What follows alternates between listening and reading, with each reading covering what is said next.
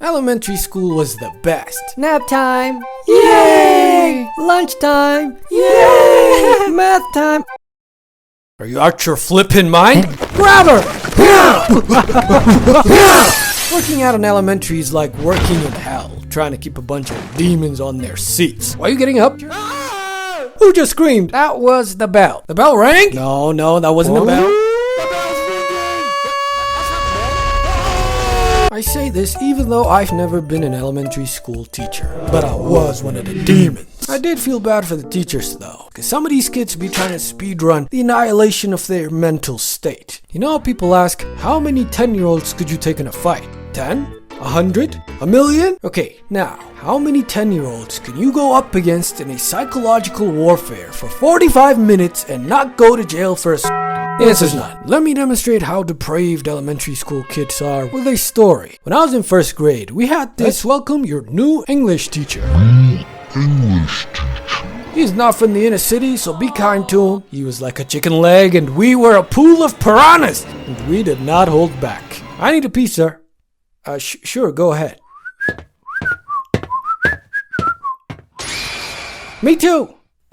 Okay. Wait, me too. Huh? I need to pee. I want to poop. Yeah, me too. Wait, I want to poop. Wait, I have hemorrhoids. Just wait. Poop today. Almost everyone was gone. There was only like me and 3 other kids left. The poor guy was just standing there, confused. His class just disappeared. I was so embarrassed for him. And then I also left. Do not let a bunch of elementary kids know your weakness, or they will eat you alive.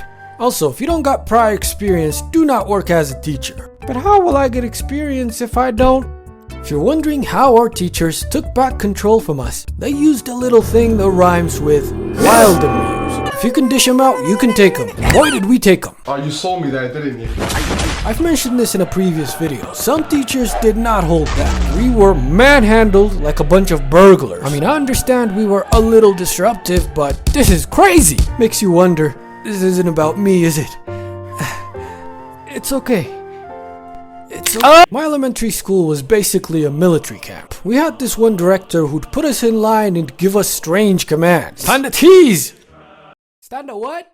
Attention! For the longest time, I did not know he was saying stand at ease. I thought he was saying something crazy like stand at sea! Hell! And if you disobeyed, he had this baton made of exam papers and he would just...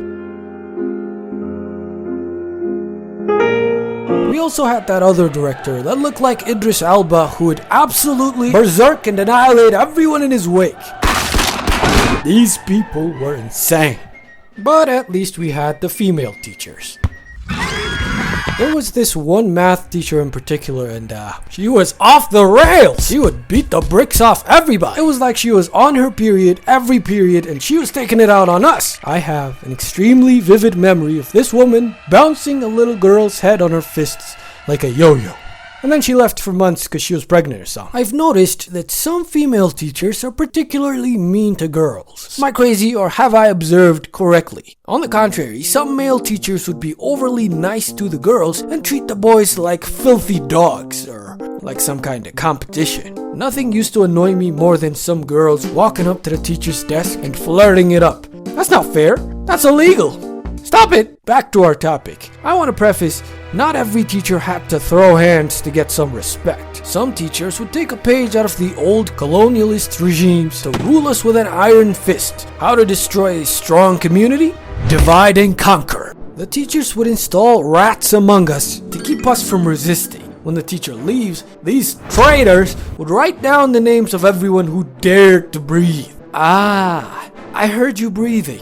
Buddy, you already put me on the board.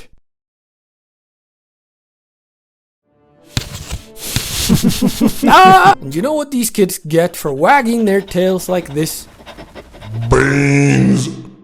The most loved teachers were the ones that did their jobs right and made the class interesting. They could just start yapping about some random adventure from their youth and we would be in awe. But you might ask, what type of shenanigans did we get up to in class that we needed severe disciplining? One thing everyone in elementary did was shoot papers on rubber bands. One kid would start and the whole class would soon turn into a war zone with lots of collateral damage. But that one's for the kids. See, we evolved and replaced the weapons with a semi-automatic straw. Kids would chew up little paper balls and shoot it out the straw. And let me tell you, you do not want to get hit with a stinky, slimy ball of spit. But some kids leveled it up and started using tissue paper. I couldn't even shoot the regular paper ammo once, but these kids were going full auto.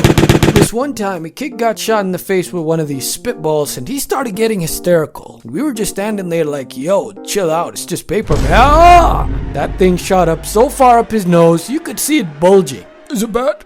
I don't want to look at you right now, man. Can you turn around? We had to help this kid push out this thing like it was a baby. Nasty work. Lots of snot bubbles. Okay, here's a weird thing kids used to do with the straws. The backbench kids used to shoot these spitballs at the ceiling when they got bored. And they kept doing this for a while till at one point a section of the ceiling was covered with a cursed stalactite looking abomination. I feel bad for whoever had to clean that thing up.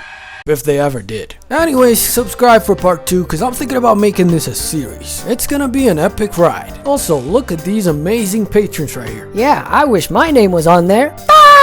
Thanks for watching. I've been Yellow at your